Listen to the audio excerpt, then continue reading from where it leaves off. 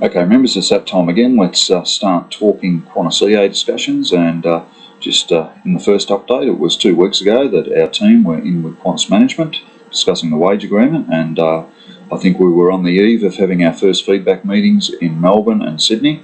And it was at that meeting 2 weeks ago that Qantas actually advised us that they're going to cease the release of executive members who were going to be presenting these feedback meetings to the members, and in doing so it's going to make it very difficult for us to get to Brisbane, Adelaide and Perth. But what we intend to do after we've met with Qantas this Thursday, we'll put it on them again to allow our executive members to be released, and if they are not going to change their position on that, what we will intend to do then is create an extended version of one of these YouTube updates so that the people who have missed out on the meetings can at least see what was said, and we'll open up some avenues for you all to provide feedback. Okay, members, on Thursday the 11th is going to be our next meeting with the company. At that meeting, the ALAEA is going to be presenting 3 documents that form 3 key aspects of our claims.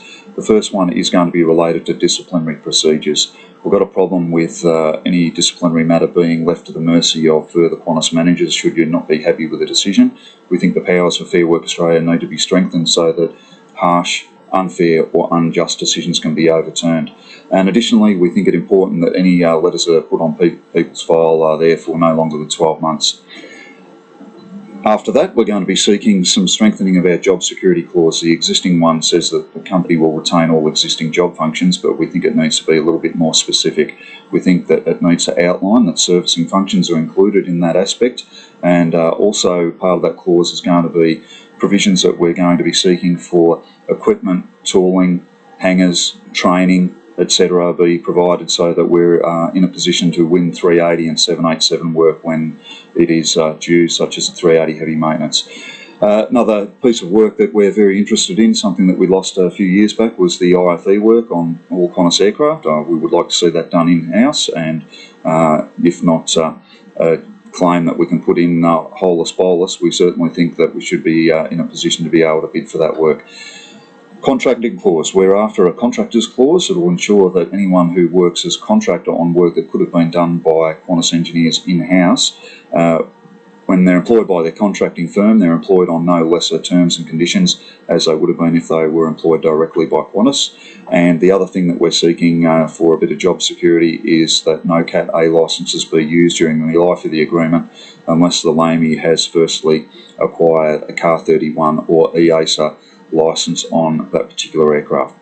And importantly, the one you probably all want to hear about is our wages claim. We've decided after consultation with our members the best option to go for here would be to seek only a 3% wages increase to all wages and allowances, but we are going to be seeking some extensive changes to the graded structure.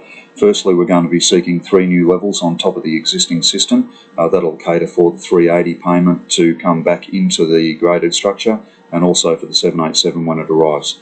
We'll be seeking, along with that, that there be no quotas or restrictions to move through the graded structure.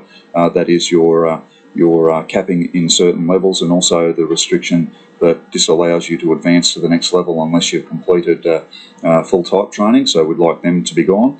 We're going to be seeking something a little bit different, which is we currently get 1 service point per year as ALAEA. We're going to be seeking essentially 2. That is an additional point each year for each year that someone has been ALAEA. And finally, we're going to be seeking an annualised salary that encompasses all of that. So hopefully that gives you a bit of an understanding of where we're going on the discussions on Thursday. And last but not least, guys, I'd like to share with you some of Chris Nasenstein's thoughts that he's published in a November edition of Aviation Week. Firstly, when asked what he thinks of pursuing third-party work, Chris Nasenstein's had to say, "We are not looking for any at the moment." When asked about strategies on maintenance outsourcing, I would say our long-term trend for wide-bodied aircraft is probably more toward outsourcing heavy maintenance. And he's also had to say, on the engine side, it is almost entirely outsourced. In the component business, it depends on the aircraft. We have more and more outsourced on newer aircraft types. at the moment, almost all the components on the 380 are outsourced. And just one further comment.